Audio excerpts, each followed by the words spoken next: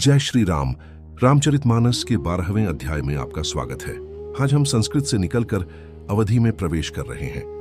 तुलसीदास जी राम कथा शुरू करने से पहले गुरु को याद करते हैं। इस एपिसोड में हम देखेंगे कि कैसे गुरु के चरणों की धूल सिर्फ मिट्टी नहीं बल्कि संजीवनी बूटी है, शिव जी की भभूति है और हीरे मोती की चमक है। गुरु का एक स्पर्श हमारे जीवन के अंधेरे को कैसे मिटा सकता है, आइए सुनते हैं।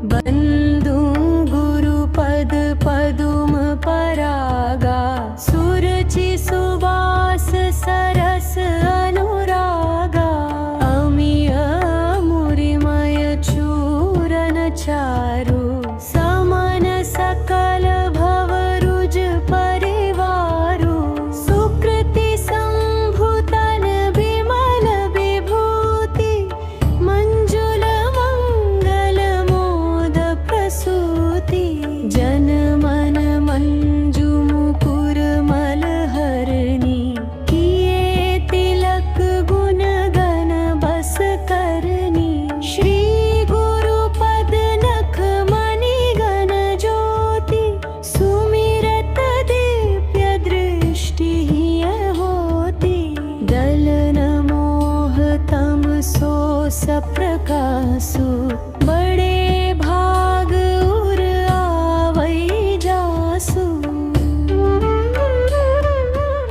इन चौपाइयों में तुलसीदास जी ने गुरु भक्ति की पराकाष्ठा लिख दी है। पहले वो कहते हैं, अमिया मुरिमय चूरन चारु, गुरु के चरणों की धूल उस संजीवनी बूटी के चूर्ण जैसी है।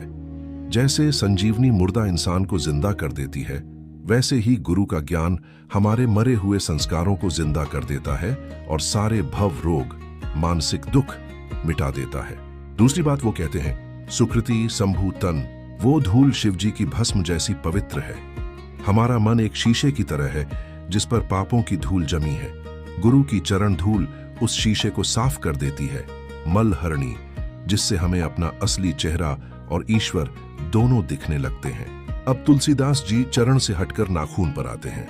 वो कहते हैं, श्री गुरुपद नख मणि, गुरु के पैरों के नाखून हीरे मोतियों की तरह चमक रहे हैं। इस चमक का क्या असर होता है? दलन मोहतम सो सप्रकाशु, ये चमक हमारे दिल में छुपे हुए मोह, डिल्यूजन के घने अंधेरे को नष्ट कर देती है। जैसे अंधेरे कमरे में दिया जलाने से सब साफ दिखता है, वैसे ही गुरु का ध्यान करने से हमें दिव्य दृष्टि मिल जाती है। हमें समझ आने लगता है कि क्या सही है और क्या गलत। दोस्तों, आज की सबसे बड़ी सीख ये है कि हमारी समस्या बाहर एक्सटर्नल नहीं, हमारे अंदर इंटरनल है। तुलसीदास जी कहते हैं, गुरु की धूल हमारे मन के शीशे को साफ करती है। आज हम लाइफ में कंफ्यूज्ड इसलिए हैं क्योंकि हमारे मन पर अहंकार अर्थात ईगो और मोह अर्थात अटैचमेंट्स की धूल जमी है। सोचिए, जब शीशा गंदा हो तो तस्वीर साफ कैसे दिखेगी? गुरु कोई नया रास्ता नहीं बनाते, वो बस हमारे मन की धूल साफ कर देते हैं ताकि हमें सही रास्ता खुद दिखने लगे। इसलिए जब जीवन धुंधला ब्लरी लगे तो किसी अनुभवी मेंटोर की शरण लीजिए। वो आपको वो दिव्य दृष्टि देंगे जिससे आप अपनी मंजिल साफ देख सकें।